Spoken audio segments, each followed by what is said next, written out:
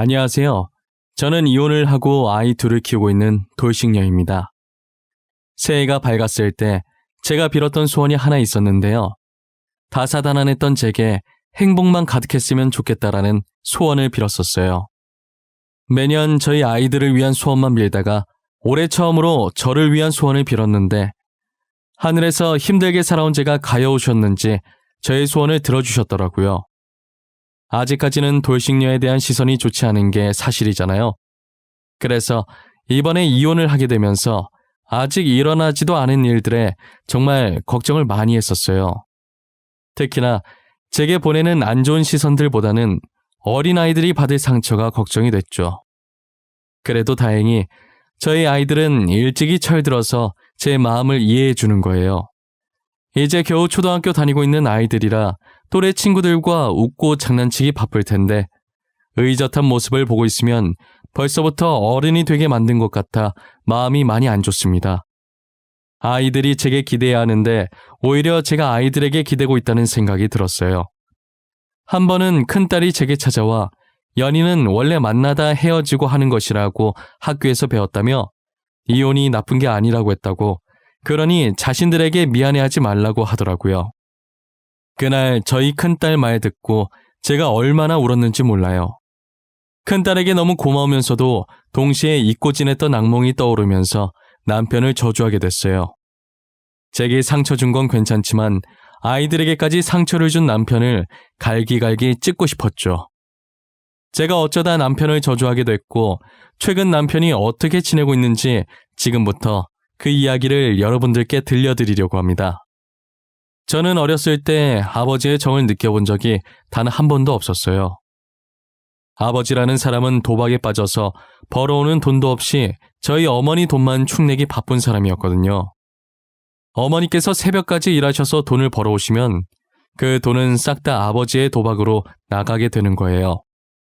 결국 어머니는 이렇게 살다간 빚덩이에 앉을 것 같아서 아버지와 이혼을 하시고 홀로 저를 키우셨어요. 어머니는 제가 기죽지 않았으면 하는 바람에 정말 누구보다 열심히 사셨어요. 정말 안 해본 일이 없을 정도로 돈이 될 만한 일은 마다하지 않고 하셨죠. 그렇게 악착같이 모은 돈을 가지고 시장 안에 작은 가게를 하나 장만하셨어요. 저희 동네에 있는 시장이 꽤나 큰 편이라 사람들이 많이 왔었어요. 어머니께서 이곳에서 장사하면 좋을 것 같다는 말을 종종 하셨었는데 딱 마침 위치 좋은 곳에 자리가 나서 냉큼 그 자리에 원단 파는 가게를 만드셨어요. 저는 원단 파는 가게가 잘 될까 했는데 의외로 장사가 잘 되는 거예요. 원단 좋은 거 하나 사놓으면 이것저것 만들 수 있는 게 엄청 많다는 걸 그때 알았어요. 저희 어머니가 옷에 관심이 많았어서 그런지 원단도 좋은 걸 잘 뽑아내시더라고요. 그리고 안 해본 일도 없으셔서 손님들께 말도 참 잘했죠. 구경만 하러 오신 사람들도 양손 가득 사서 나가실 정도라니까요. 사장님 성격이 너무 좋고 원단도 다른 곳과는 틀리다고 소문이 나서 저희 가게는 바빠지기 시작했어요.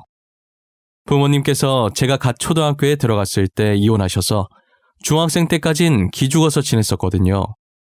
하지만 고등학교에 들어가면서 어머니 덕에 큰 집으로 이사도 가보고 남들에게 꿀리지 않을 정도로 부유하게 자라게 되면서 어깨 펴고 학교를 다닐 수 있었어요.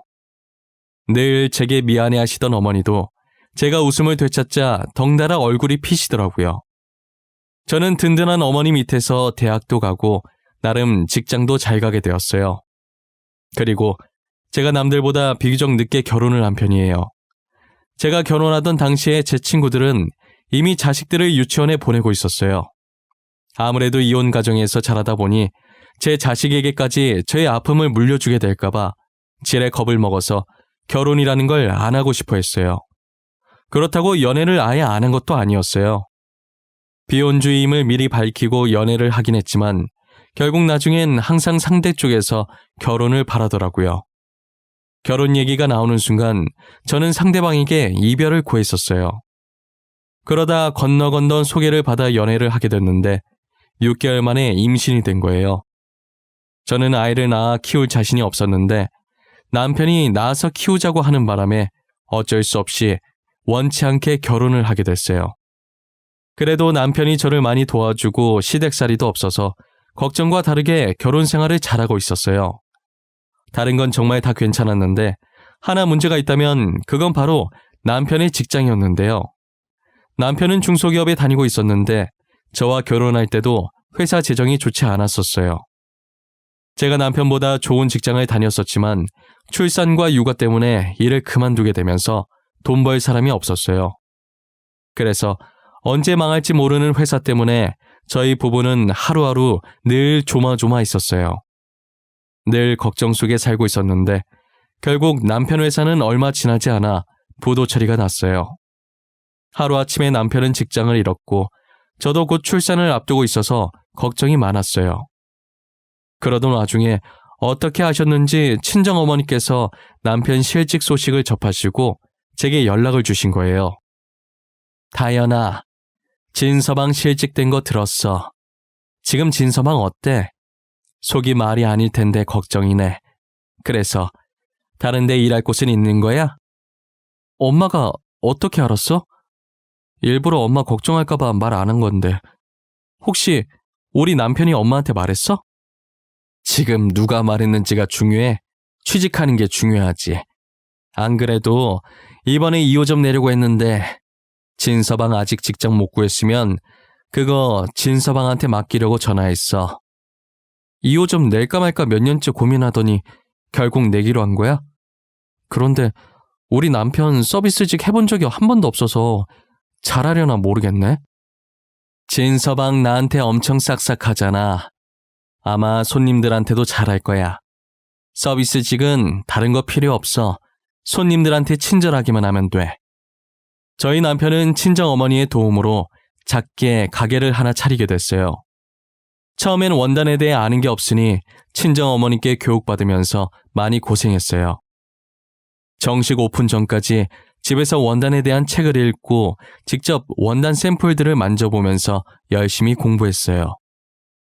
열심히 공부한 보람이 있었는지 처음 해보는 건데도 손님들에게 설명을 척척 잘하더라고요. 퇴근하고 집에 와서는 서비스직에 재능이 있는 것 같다고 있었던 일을 얘기하며 제게 으스대기도 했어요. 적응을 잘하는 것 같아서 다행이라는 생각을 했죠. 그렇게 저는 다니던 회사를 그만두고 아이를 낳은 후 육아에 전념하기 시작했어요.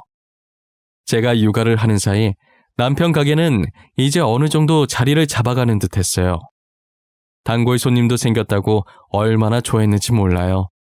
매일 의자에 앉아서 일하던 사람이 하루 종일 서서 일하면 힘들 만도 한데 그래도 힘든 내색 전혀 안 하고 열심히 해줘서 너무 고마웠어요. 그리고 선뜻 가게를 남편에게 믿고 맡겨준 저희 어머니한테도 너무 감사했어요. 저희 시어머니께서 저희 집에 잘 안 오시는데 한 번은 아침 일찍부터 오셨더라고요.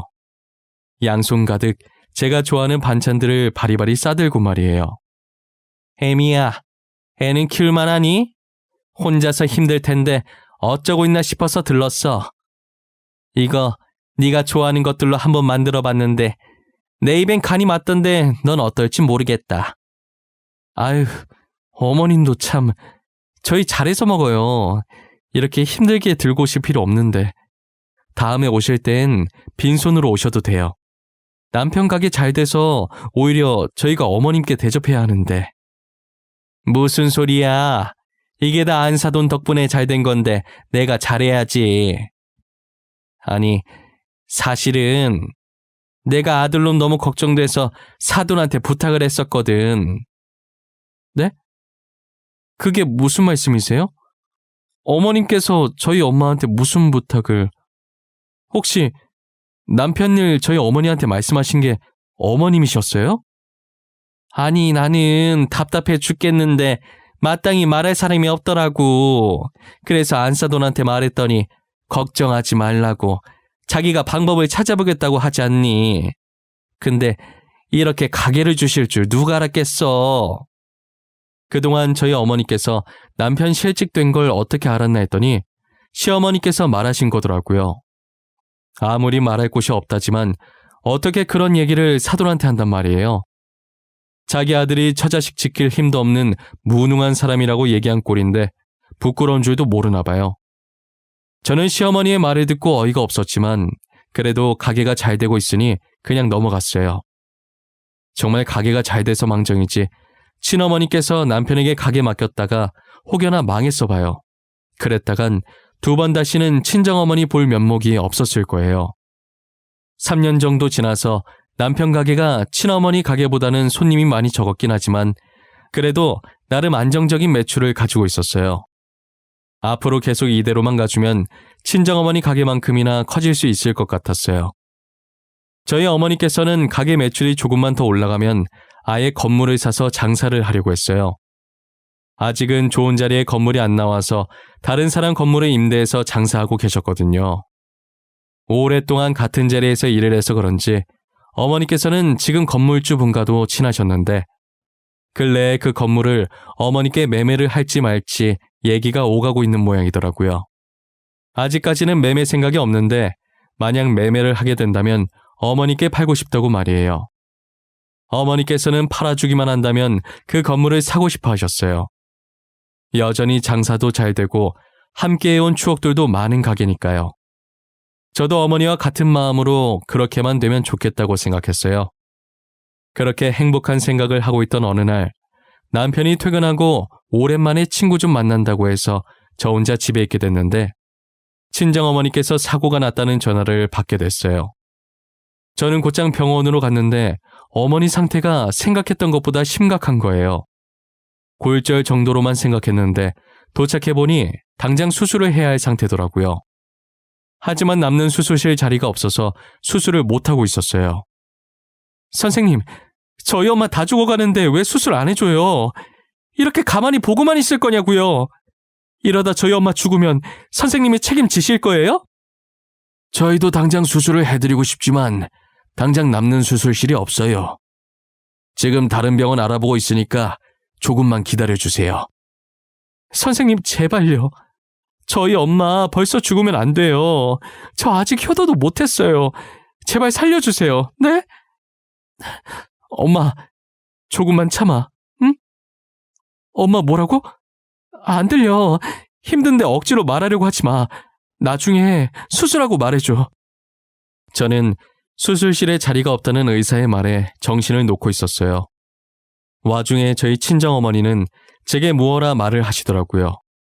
하지만 기운이 없으셔서 말소리가 나오지 않고 입만 뻥긋뻥긋 하셨죠. 계속 억지로 말하려고 하시길래 다른 병원 옮기기도 전에 남은 기운 다 쓰실까봐 나중에 수술을 끝내고 말해달라고 했어요.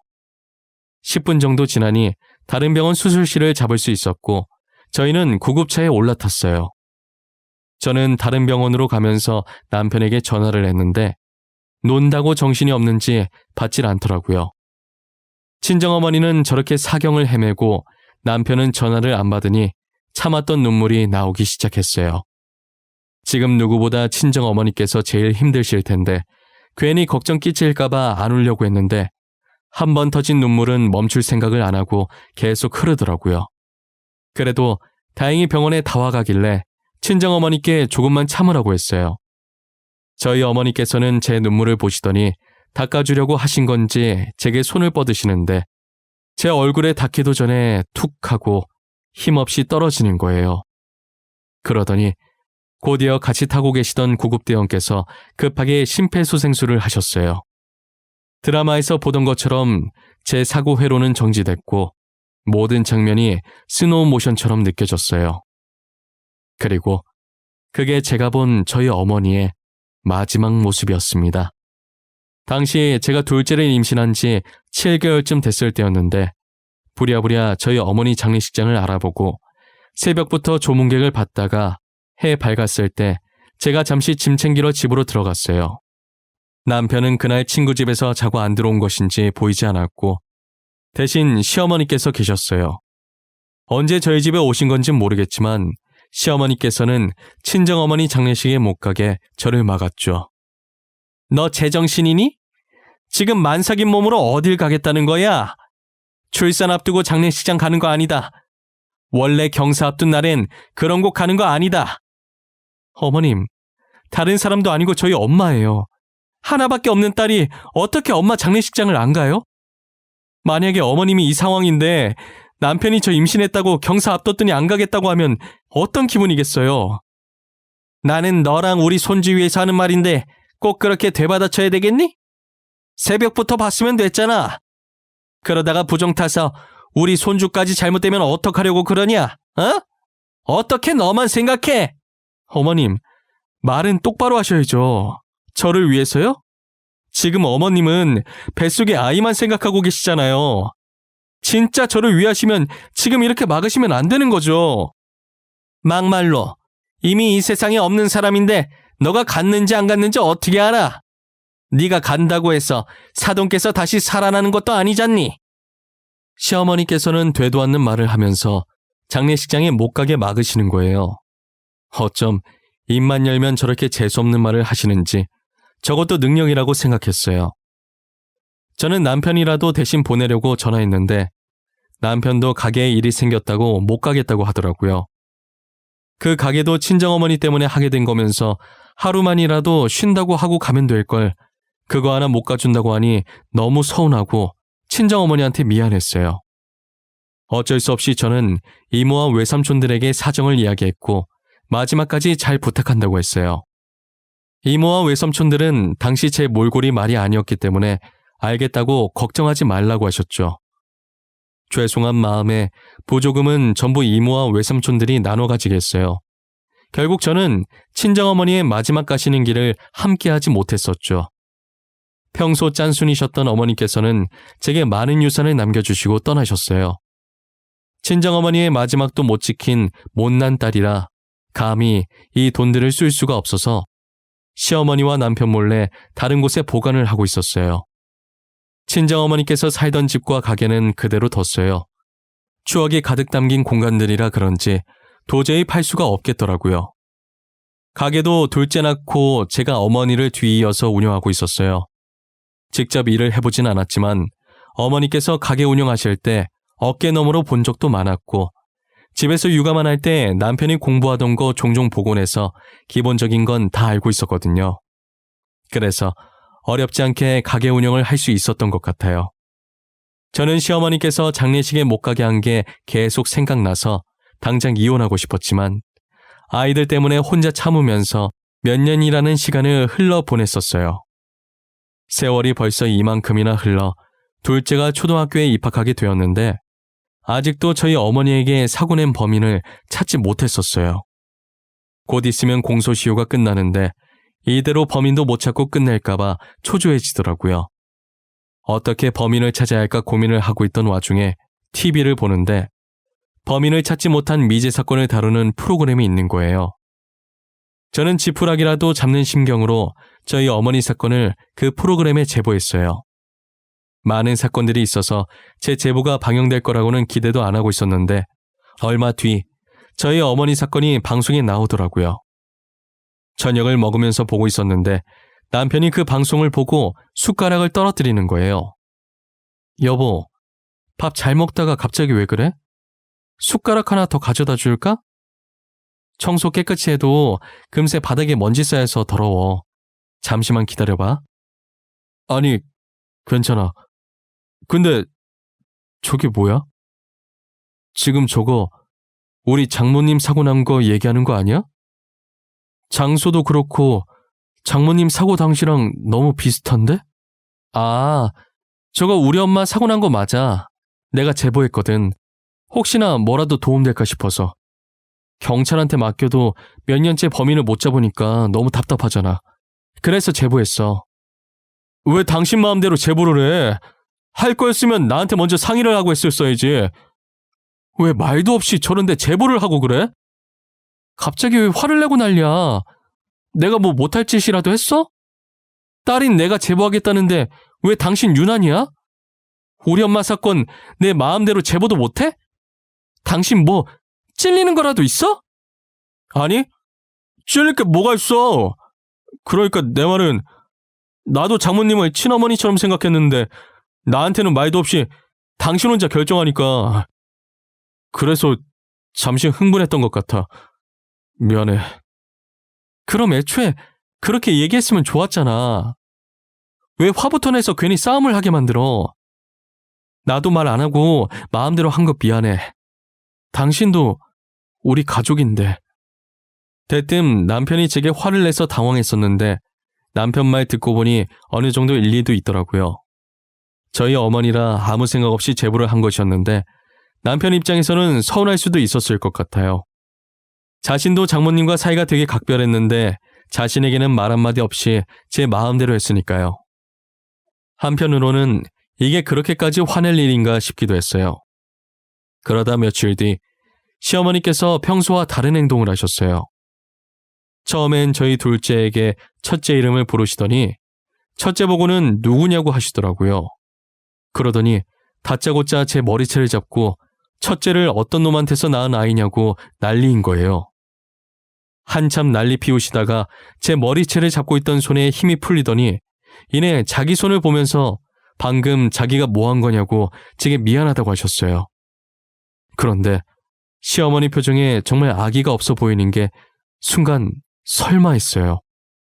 시어머니는 괜찮다고 했지만 제가 보기엔 정상이 아니셨어요. 걱정되는 마음에 시어머니를 모시고 병원에 가보았죠. 아니나 다를까 제 예상대로 치매 판정을 받게 되셨어요. 최근에 정신적으로 충격을 받아서 치매 진행 속도가 급속도로 빨라진 것 같은데 혹시 며칠 사이에 어머님께 무슨 일이라도 있으셨나요? 아니요, 없어요. 최근에 사고 같은 것도 없었고 늘 집에만 계시던 분이세요. 충격받으실 만한 일이 전혀 없는데. 그래요. 며느님께서 모르는 무언가가 있었나 보네요. 지금 상태로 혼자 계시면 무슨 일이 생길지 모르니 혹시나 혼자 사시면 집에 모시는 걸 추천드립니다. 저는 의사의 말을 듣고 시어머니를 저희 집에 모시고 살기로 했어요. 그런데 저와 남편 둘 다 일을 하고 있으니 저희 집에 모시고 와도 봐줄 사람이 집에 없는 거예요. 제가 모셔도 됐지만 남편 가게보다 제 가게가 매출이 더 좋기도 하고 제가 집에 있으면 계속 장례식장에 못 가게 한 것이 생각날 것 같아서 남편을 집에 있게 하고 싶었어요. 제가 남편에게 당분간 다른 친척분께 가게를 맡길 테니 시어머니를 봐달라고 했는데 자기가 왜 집에 있어야 하냐며 며느리인 제가 보살피라고 하는 거예요. 당신 어머니잖아. 당신이 모셔야지. 내가 왜 모셔? 당신은 우리 엄마 돌아가셨을 때 지켜줬어? 아니잖아. 병간호도 아니고 장례식 3일 지켜달라고 한 것도 안 지켜줬잖아. 갑자기 왜 그 얘기가 나와? 내가 장모님 살아계실 때 잘해드렸던 건 생각도 안 하지? 그리고 며느리가 시어머니 모시는 게 당연한 거 아니야? 남자는 집에 있고 여자가 일하는 게 보기 좋니? 누가 일하든 무슨 상관이야. 돈만 잘 벌어오면 되는 거지. 그리고 뭐? 며느리가 시어머니 모시는 게 당연하다고? 어떻게 당연한데? 핏줄이 모시는 게 당연하지. 자신을 낳아준 어머니를 필사적으로 보살피지 않으려고 하는 남편의 모습을 보고 정말 정이 다 떨어졌어요. 도대체 무슨 이유로 저렇게까지 시어머니를 안 모시려고 하는지 모르겠더라고요. 결국 요양사님을 집에 들이기로 했고 2주 뒤부터 일할 수 있다고 하셔서 요양사님이 오실 동안만 가게를 친척분께 맡기고 제가 시어머니를 보살피기로 했어요. 그런데 그 2주 사이에 어마무시한 일들이 하나씩 터지기 시작했죠. 의사가 제게 말했던 것처럼 시어머니의 치매 진행 속도가 엄청 빨랐어요. 첫째만 못 알아보시던 시어머니께서는 이제 저도 못 알아보실 지경이었어요. 늘 누군가 자신을 찾아올까 불안해하시고 계속 남편만 찾고 계셨죠. 그러다 일주일 후 제정신으로 돌아오셔선 제 손을 꼭 잡으시더라고요. 에미야, 내가 사돈 장례식장에 못 가게 한 거 이제야 벌을 받는가 보구나. 나는 미워해도 우리 아들은 너무 미워하지 마. 우리 아들도 그러려고 그런 게 아니야. 남편이 뭘 했는데요? 아, 어머님 안 모시려고 했던 거요? 저는 솔직히 남편이 이해가 안 가요. 낳아주신 분을 왜 안 모시려고 하는 건지. 원래 아들이 다 그렇지 뭐. 아가, 그거 말고도 만약 우리 아들이 잘못한 게 있으면 차라리 나를 미워해. 다 자식 잘못 키운 애미 탓이니까. 내가 이렇게 대신 사과하마. 시어머니께서 제게 무언가 말을 하려고 머뭇거리실 때 전화 한 통이 오는 거예요. 어머니 사건의 범인을 찾을 수 있을 것 같다는 경찰의 연락이었죠. 급한 나머지 아픈 시어머니를 집에 혼자 두고 부랴부랴 겉옷을 챙겨 나갔어요. 경찰서에 도착하니 한 남자가 경찰 앞에 앉아 조사를 받고 있더라고요.